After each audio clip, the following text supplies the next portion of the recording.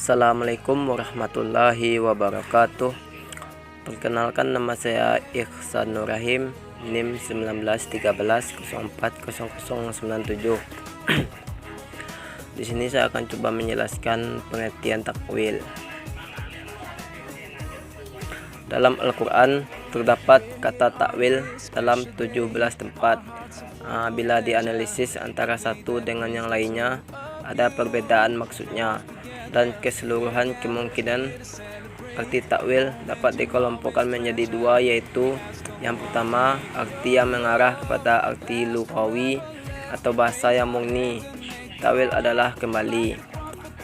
Arti yang mengarah kepada arti istilah syar'i adalah tafsir penjelas. Meskipun terdapat beberapa definisi atau istilah hukum terhadap takwil, namun maksudnya saling berdekatan dan saling mengisi. Dalam kamus Al-Muhit, kata awala al-qalam ta'wilan wa tawallahu berarti mengatur, memperkirakan dan menjelaskan. Takwil menurut bahasa berarti al-tafsir, penjelasan atau uraian. Di antara beberapa definisi takwil adalah yang pertama, Abdul Wahab Khalaf memberi definisi memalingkan lafaz dari arti zahirnya berdasarkan adanya dalil. Yang kedua, definisi menurut Ibnu Jauziz mengalihkan ucapan dari maudunya kepada apa yang diperlukan untuk menetapkan kepada dalil, yang kalau tidak demikian maka zahir lafaz tidak akan ditinggalkan. Yang ketiga, Ibnu Asir memberikan definisi mengalihkan zahir lafaz dari pemakaian asalnya kepada sesuatu yang diperlukan oleh dalil. Yang keempat, definisi yang dirumuskan Abu Zahra, artinya mengeluarkan lafaz dari lahir maknanya kepada makna lain yang ada kemungkinan untuk itu. Dengan demikian dapat disimpulkan bahwa Al-Ghazali mendefinisikan takwil adalah ungkapan tentang pengalihan makna dari lafaz zahir yang didukung oleh dalil dan menjadikan arti itu lebih kuat dibanding makna yang ditunjukkan oleh makna zahir. Baiklah, perkenalkan, nama saya Rizka Widya, NIM 1913040131. Di sini saya akan menjelaskan sedikit materi syarat-syarat takwil. Lafaz itu dapat menerima takwil seperti lafaz zahir dan lafaz nas, serta tidak berlaku untuk muhkam dan mufassar. Hal-hal yang mendorong untuk takwil: yang pertama, bentuk lahir lafaz berlawanan dengan kaidah yang berlaku dan diketahui secara berlawanan dengan dalil yang lebih tinggi dari dalil itu. Dan yang kedua, nas itu menyalahi dalil lain yang lebih kuat dilalahnya.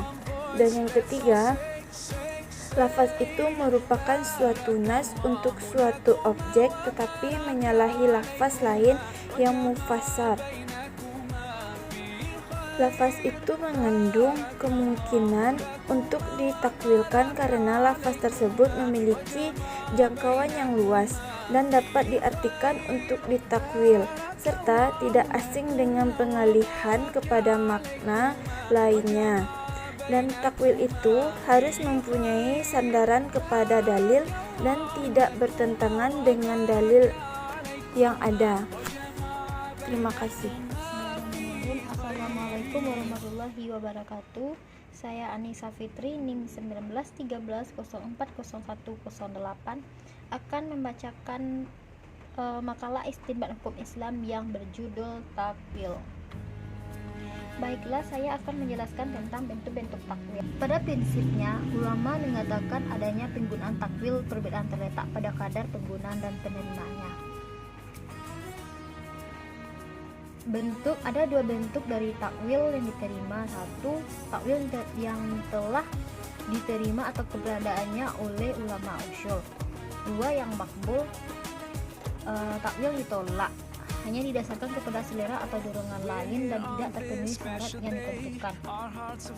Dan dari segi dekat atau jauhnya pengalihan makna lafaz yang ditakwil dan makna zahirnya takwil dibagi kepada dua bentuk, yaitu takwil qarib, takwil tidak jauh beranjak dari arti zahirnya sehingga dengan petunjuk yang sederhana dan data dipahami maksudnya. Takwil qarib termasuk dalam bentuk takwil yang makbul seperti diuraikan seperti materi sebelumnya. Takwil ba'id, takwil dari makna lahir suatu lafaz yang begitu jauhnya sehingga tidak dapat diketahui dengan dalil yang sederhana. Sekian dari saya. Assalamualaikum warahmatullahi wabarakatuh. Assalamualaikum warahmatullahi wabarakatuh. Saya Nindila Imanda, NIM 1913040145. Saya akan menjelaskan tentang macam-macam takwil. Takwil dilihat dari kualitasnya. Yang pertama, takwil shahih. Khalid Ramadan Hasan dalam kitabnya Mu'jam Ushul Fiqih memberikan kriteria takwil yang shahih. A. Lafaz itu dipastikan dapat menerima takwil. Yang B. Pentakwilan didasari oleh dalil yang makful, baik berupa nas, Al-Quran dan hadis, qiyas, ijma atau hikmah tasrik, atau prinsip-prinsipnya yang bersifat umum. Yang C. Takwil tidak bertentangan dengan nas yang sharih atau dalil yang jelas. Kedua, takwil fasid. Yang dimaksud takwil fasid ialah memalingkan makna zahir kepada makna yang tidak memungkinkan atau masih memungkinkan namun tidak didukung oleh dalil.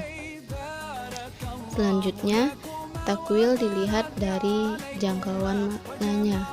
Yang pertama, takwil qarib, yaitu takwil yang dekat dengan arti zahirnya dan dapat dipahami dengan mudah. Dapat juga dikatakan bahwa takwil qarib ialah takwil yang penetapannya cukup dengan dalil atau argumen yang sederhana. Yang kedua, takwil ba'id, yaitu pengalihan dari makna lahir suatu lafaz yang begitu jauhnya sehingga tidak dapat diketahui dengan dalil yang sederhana.